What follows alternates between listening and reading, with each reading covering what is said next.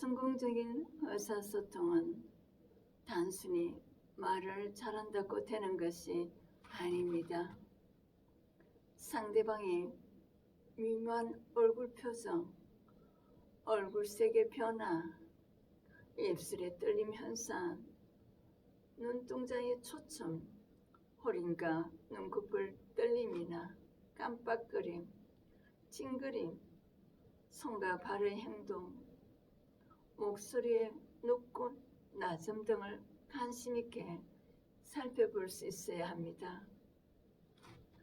그 밖에 말을 빨리 하는 사람, 더듬으면서 말을 하는 사람, 어떤 단어를 반복적으로 얘기하는 사람 등 다양한 방법들로 대화가 이루어집니다.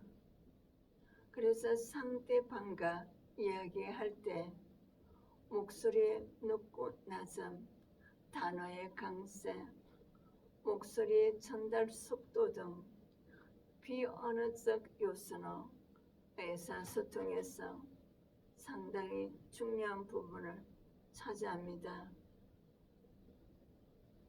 창세기 18장에서 아브라함이 뜨거운 태양 아래에 몹시 지쳐 길을 지나가는 나그네 3명을 자기 집으로 초청해서 설고 마음으로 발을 씻어 주었고 소고기 요리를 항상 푸짐하게 차려 대접하였습니다.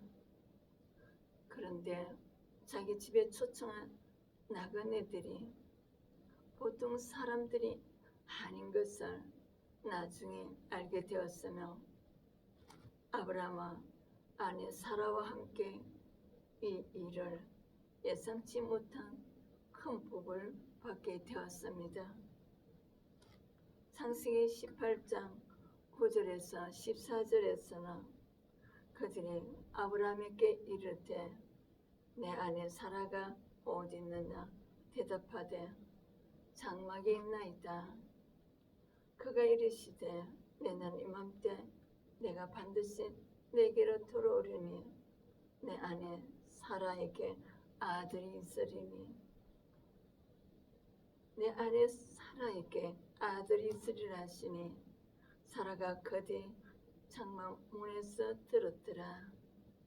아브람과 사라는 나이가 많아 늙었고 사라에게는 여성의 생리가 끊어졌는지라 여호와께 능하지 못한 일이 있겠느냐.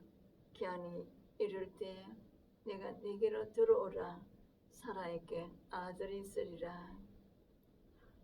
당시 아브라함이 그의 100살이 되는 상황 속에서 지친 발걸음을 지나가는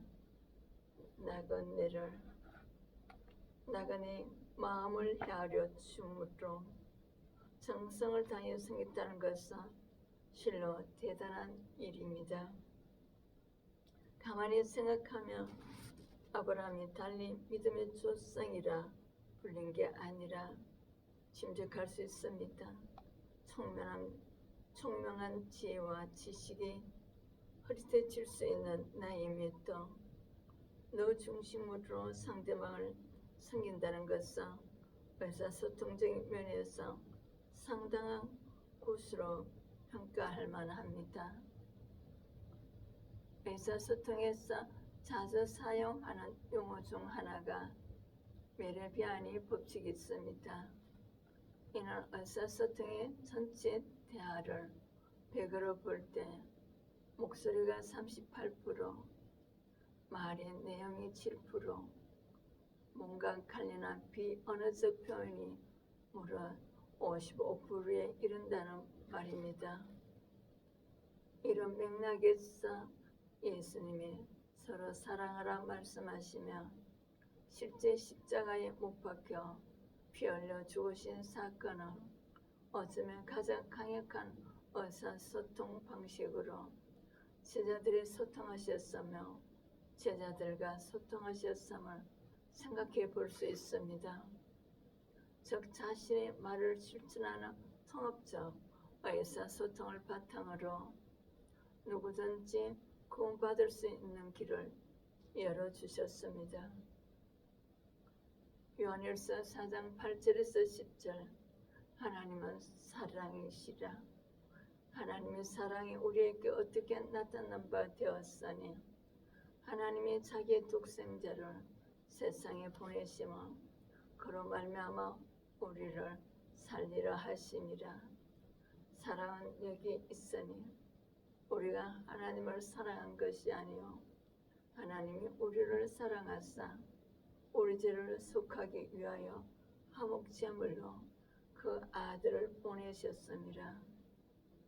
하나님께서 하나님의 사랑으로 우리를 구원하시기 위하여서 아들 예수님을 우리 죄를 속하기 위하여 화목제물로 보내셨습니다. 예수님께서 나의 모든 형벌을 대신 짊어져 주심으로 십자가의 형벌 받으시고 죽으시고 부활하심으로써 성령께서 임하셔서 칭의 제사함을 주셨습니다. 하나님의 거룩성을 회복하여서 복음 전도자로 쓰임받기 위하여서 하나님의 오늘도 거룩성을 입혀주시는 오늘을 받으시기를 축복합니다. 베드로전서 1장 14절에 15절에서 하나님께서 거룩하니 너희도 거룩하라고 말씀하셨습니다. 성령께서 오늘도 예수님의 갈라디아서 5장 21절 23절에 거룩한 품성을 증가시켜 주시는 줄 믿으시는 축복자가 되시기를 바랍니다.